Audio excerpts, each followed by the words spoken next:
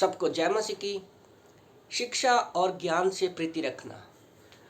प्रभु का वचन कहता है, नीति वचन अध्याय 12 वचन 1 और 2, प्रोवर्ब्स चैप्टर 12 वर्स 1 एंड 2 में प्रभु का वचन कहता है, जो शिक्षा पाने से प्रीति रखता है वह ज्ञान से प्रीति रखता है, परंतु जो डांट से बैर रखता है वह पशु सरीखा है।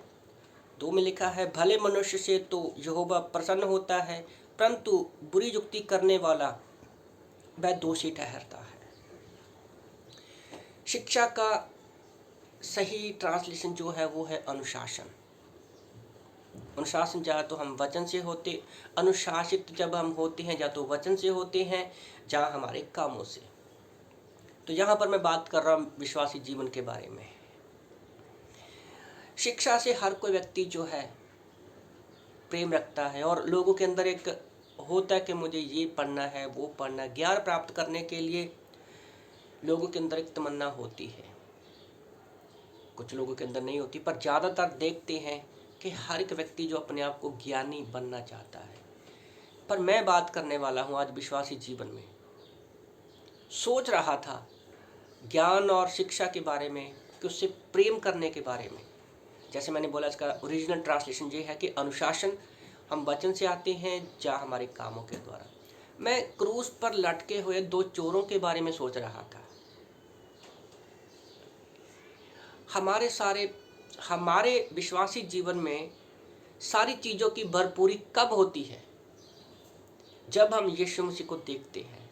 और यीशु मसीह हमें कहाँ मिलता है? जब हम वचन को देखते हैं। जब हम वचन को पढ़ते हैं तो हम अनुशासित होते हैं और परमेश्वर के अफिसियों की किताब अध्याय 2 वचन 10 के अनुसार, जो कि हम भले कामों के लिए सृजे गए हैं, तो हम यीशु मसीह की ओर ताकते हुए, वचन को पढ़ते हुए, अपने जीवन में लागू करते हुए, कामों को करते हुए, अनुशासन के द्वारा हम परमेश्वर के प्रेम और ज्ञान में चलते हुए अपने जीवन को व्यतीत करते हैं, जो कि परमेश्वर को भाता है, परमेश्वर को अच्छा लगता है। पर दूसरी ही ओर जो व्यक्ति परमेश्वर से प्रेम नहीं करता है वो दोषी ठहरता है। तो दो चोरों के बारे में सोच रहा था। उसमें से एक ने तो यीशु मसीह की ओर देखा, अपनी जुबान पर उसने कंट्रोल किया और उसने यीशु मसीह पर विश्वास किया। सारी चीज़ों की भरपूरी उसके अंदर आ गई, उसके अंदर प्रेम, ज्ञान, सारी चीज़ों की भरपूरी आ गई और उसने अपनी जुबान में अपने आप को अनुशासन किया और वो स्वर्ग लोक में जाने वाला यीशु मसीह के साथ पहला व्यक्ति बना। पर दूसरी तरफ वो दूसरा व्यक्ति था, चोर, जिसने यीशु मसीह को नकारा और वो खुद अपने शब्दों में ही दोषी ठहरा।